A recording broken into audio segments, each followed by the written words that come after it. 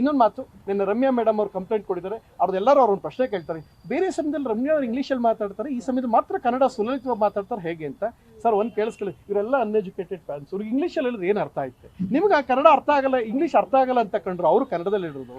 ಇದೆಲ್ಲದ್ರ ಜೊತೆಗೆ ಒಂದು ಪ್ರೀತಿಯಿಂದ ಒಂದು ಮಾತು ಹೇಳ್ತೀನಿ, ಎಲ್ಲ ಕರೆಸಿದ್ದು ಪ್ರೋಗ್ರಾಮ್ ಮಹೇಶ್ ಅವರು ಆ್ಯಂಡ್ ಪ್ರತ್ಯಕ್ಷದರ್ಶಿ ಇವರು. ಒಂದು ಮಾತು ಕೇಳ್ತೀನಿ, ನಾನು ನಿಮ್ಮ ಎಲ್ಲ ಪ್ರಶ್ನೆಗೂ ಒಂದೊಂದೇ ಸೆಂಟೆನ್ಸಲ್ಲಿ ಕ್ಲಿಯರ್ ಮಾಡ್ತೀನಿ. ಮಹೇಶ್, ನೀವು ಪೂಜೆಗೆ ಕರೆದಿದ್ದು ನಿಜನ ಮಹೇಶ್? ನಿಜ.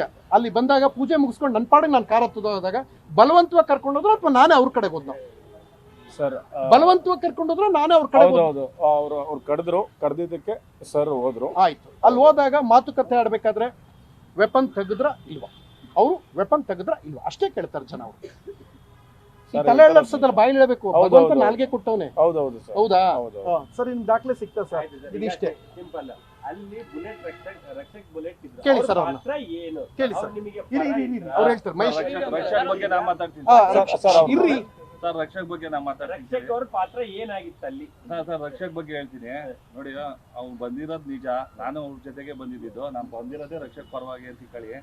ನಾನು ಇರೋದು ರಕ್ಷಕ್ ಜೊತೆಗೆ ಇರೋದು, ಅವ್ರ ಜೊತೆಗೆ ಯಾವಾಗೂ ಇದ್ದೇ ಇರ್ತೀನಿ. ಅವನು ಯಾವುದೇ ಕಾರಣಕ್ಕೂ ಸುಪಾರಿನೂ ಕೊಟ್ಟಿಲ್ಲ, ಯಾವುದೂ ಇಲ್ಲ. ಅವ್ನು ಬಂದಿರೋದು ಸತ್ಯ. ಆ ಸ್ಪಾಟ್ ಅಲ್ಲಿ ಏನ್ ನಡೆದಿದ್ಯೋ, ಡ್ರ್ಯಾಗನ್ ತೆಗ್ದಾಗಂತೂ ನಾವು ಇರಲಿಲ್ಲ, ಪಕ್ಕದಲ್ಲಿ 10 ಅಡಿ ಡಿಫ್ರೆನ್ಸ್ ಅಲ್ಲಿ ನಾನಿದ್ದೆ. ರಕ್ಷಕ್ ಎಲ್ಲಿದ್ರು ಅದನ್ನ ಹೇಳಿ. ಅವರು ನಿಮ್ ಪಾತ್ರ ಕೇಳ್ತಾರೆ. ಪ್ರಮೋದಣ್ಣ ಒಂದ್ ನಿಮಿಷ, ಅವರು ನಿಮ್ ಪಾತ್ರ ಕೇಳ್ತಾ ಇಲ್ಲ. ವೆಪನ್ ತೆಗೆದಾಗ ರೌಡಿಗಳ ಜೊತೆ ರಕ್ಷಕ್ ಅಷ್ಟೇ. ಅದನ್ನ ಅವ್ರು ಒಪ್ಕೊಳಕ್ಕೂ ರೆಡಿ ಇದ್ದಾರೆ. ಅವ್ನು ಇನ್ನು 22 ವರ್ಷ 23 ವರ್ಷದ ಹುಡುಗ. ಅವನು ಭಯ ಬಿತ್ತನಾಗವನೆ. ಅಲ್ಲಿ ನಡೆದಿರೋ ಜಾಗದಲ್ಲಿ ಸ್ಪಾಟ್ ಅಲ್ಲಿ ಭಯ ಬಿದ್ದಿದ್ದಾನೆ. ಇದೊಂದು ಇನ್ಸ್ಟೇಟ್ ಆಗಿದೆ. ಬಟ್ ಪ್ರಥಮ್ ಸರ್ ಅವರು ಸೆಟ್ಲ್ಮೆಂಟ್ ಮಾಡ್ಕೊಂಡು ಇದು ಟೇಬಲ್ ಮ್ಯಾಗೆ ಮುಗ್ಸೋಣ ಅಂತ ಹೇಳಿ ಒಳ್ಳೆ ಮನಸ್ಸಿಂದ ಹೇಳಿದ್ರು. ರಕ್ಷಕ್ ಅವ್ರು ಮಾಡಿದ್ರು, ಅಣ್ಣ ತಮ್ಮಂದ್ರ ತರ ಇದ್ರು. ಯಾವುದೇ ವೈಯಕ್ತಿಕವಾಗಿ ಇವ್ರಕ ಗಲಾಟೆಗಳಿಲ್ಲ, ರಕ್ಷಕಕ್ಕಾಗ್ಲಿ ಇವ್ರಕ್ಕಾಗ್ಲಿ ಯಾವುದೇ ತರವಾಗಿ ಇಲ್ಲ. ಇವತ್ತು ಅಣ್ಣ ತಮ್ಮಂದ್ರ ತರನೇ ಮಾತಾಡ್ತಾರೆ. ಸುಪಾರಿ ಕೊಟ್ಟಿರೋದು ಅವೆಲ್ಲ ಸುಳ್ಳು. 2 ಅವರ್ ಮುಂಚೆ ಬಂದಿದ್ದು ನಿಜ, ಕುತ್ಕೊಂಡಿದ್ದು ನಿಜ, ಮಾತಾಡಿದ್ದು ನಿಜ. ಅವ್ನು ಇರೋದೇ ಆ ತರ ವ್ಯಕ್ತಿ. ಇಲ್ಲಿ ಆಯ್ತು, ಇಲ್ಲಿಗೆ ನಿಲ್ಸಿ. ಲಾಸ್ಟ್ ಸರ್, ಈಗ ಕಂಪ್ಲೇಂಟ್ ಕೊಡಿ, ಇನ್ನು 15 ನಿಮಿಷದಲ್ಲಿ ನಿಮಗೆ ಅದ್ರ ಕಾಪಿ ಸಿಗುತ್ತೆ ಸರ್. ಒಂದು ರಿಕ್ವೆಸ್ಟ್, ಒಂದು ನಿಮಿಷ. ಘಟನೆ ನಡೆಯುವಾಗ ರಕ್ಷಕ ಇವ್ರ ಪರವಾಗಿ ನಿಂತು ಮಾತಾಡಿ ಇಲ್ಲ, ನಿಂತಿಲ್ಲ.